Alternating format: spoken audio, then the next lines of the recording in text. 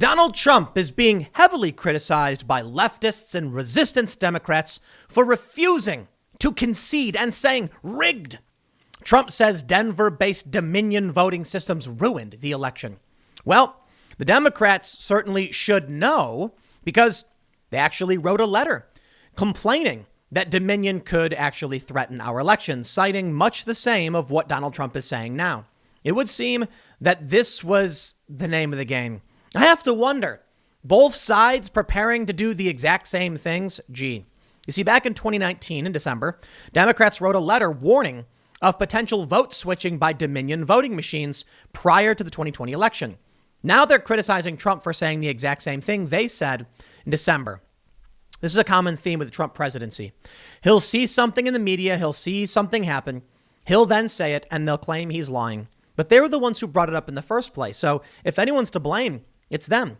Donald Trump won in 2016. They accused him of working with the Russians. He didn't.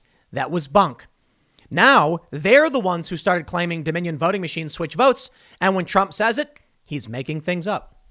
Here's the story from the Washington Examiner. Now, I did briefly go over this on my main channel today over at youtube.com/Timcast at 4 p.m. But I wanted to follow up and dive in deeper. The Washington Examiner says 4 congressional Democrats sent a letter to the owners of Dominion voting systems and cited several problems that threaten the integrity of our elections, including vote switching.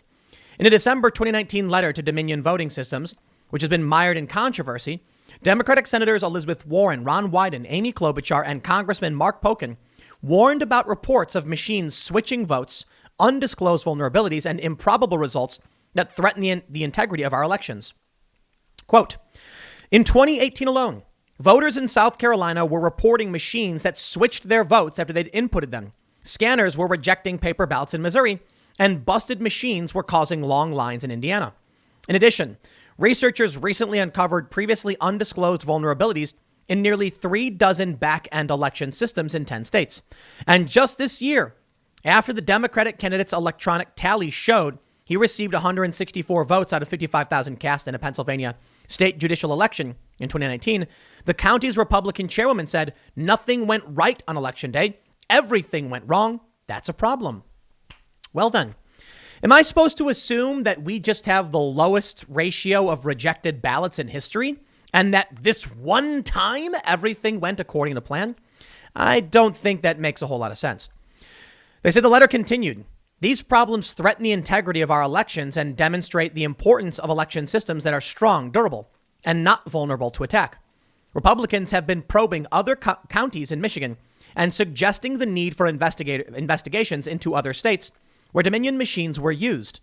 Our team is currently reaching out to county clerks across Michigan, as well as going through election results in each of the counties which use this software to see how widespread this error may be. Michigan Republican Party Communications Director Tony Zammit told the Washington Examiner last weekend. In Texas, Dominion voting systems was rejected 3 times by experts from the Texas Secretary of State and Attorney General's office. President Trump has openly criticized Dominion as he attempts to challenge voting results across the country, alleging widespread voter fraud and tweeting about the company Friday afternoon.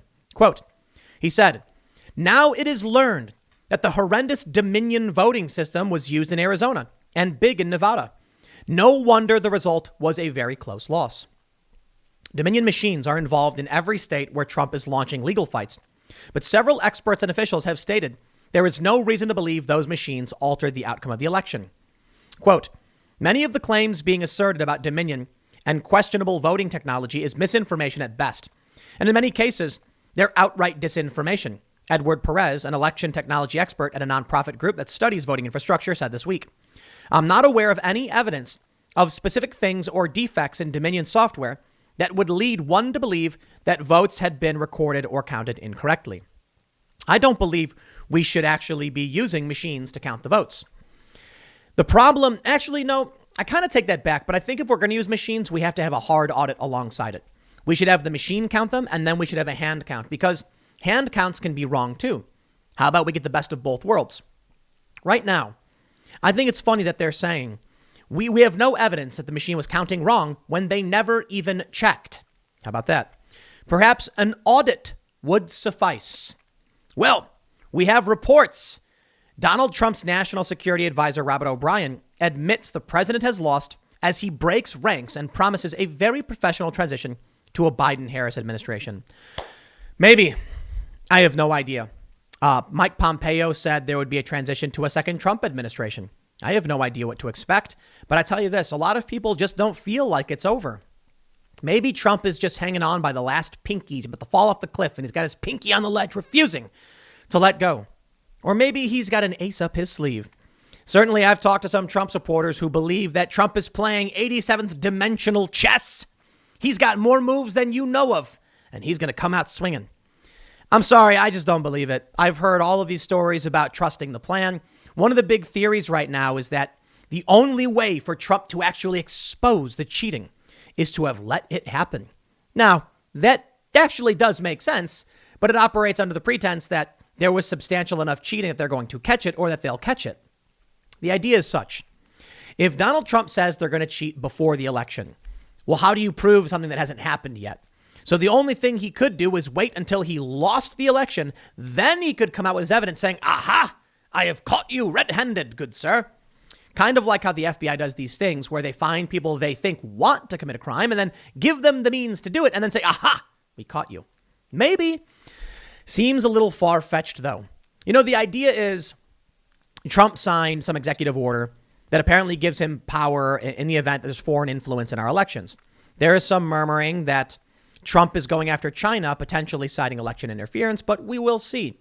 It seems like the longest of long shots. Let me be honest with you. When they came out and said, you know, Trump is filing these lawsuits to challenge the results, long shot. Because we were like, so at the time, Trump would have needed to have won several states and then flipped Pennsylvania. I mean, we were waiting for a long time. If Trump loses Pennsylvania, it's all over. Okay, Trump maybe could flip Pennsylvania because or not even flip right now. What Trump is suing for, his team, Rudy Giuliani and I believe Sidney Powell, they're suing to block certification of Pennsylvania because there is no relief they could get after 700,000, just about, ballots were counted improperly. So they want to freeze the results. Trump would then have to freeze up 17 more electoral votes, which probably would require 2 different states. Doesn't seem all that likely. But when you tell me that, I say it's a long shot, but maybe. Now you're telling me that Donald Trump wants to, you know, go for a certification freeze, causing a contingent election. Okay, that is a triple Hail Mary pass. Then I get these people saying, actually, Trump's got an FBI sting underway. You see, he knew they were going to cheat, and now he has the evidence, but he needed them to do it first. So he has to wait. You see, here's what they're saying. He has to wait until all of the states certify their results, right? Because then when they do, and they lock in fraudulent votes, that's it. You see, the idea is like this. You can pick up a TV and carry it around inside of a Walmart. But it's only when you cross that threshold did you steal it. And that's the idea here with this trust the plan moment, which I really think is absurd. But the idea is that Trump knows they cheated, but until they certify, they haven't crossed that threshold. Okay, sure, maybe. Trump is sitting there waiting with a smile on his face, golfing, knowing that he's about to pull a fast one and win. Doesn't that seem a little far-fetched, man? Come on.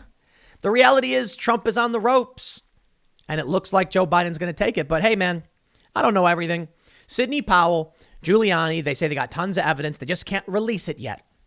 Okay, then I reserve judgment. For the time being, looks like Joe Biden is going to win. He's not president-elect yet because they haven't certified anything. But when they do, we'll see how things play out. Maybe what we're really seeing is, you know, Giuliani and Sidney Powell, their court cases, they're bumbling around because they're trying to make it look like they're doing something before they release the big cannons or the Kraken, as it were, as many are saying. Okay, fine. When that happens, I look forward to presenting that evidence, as I've said several times.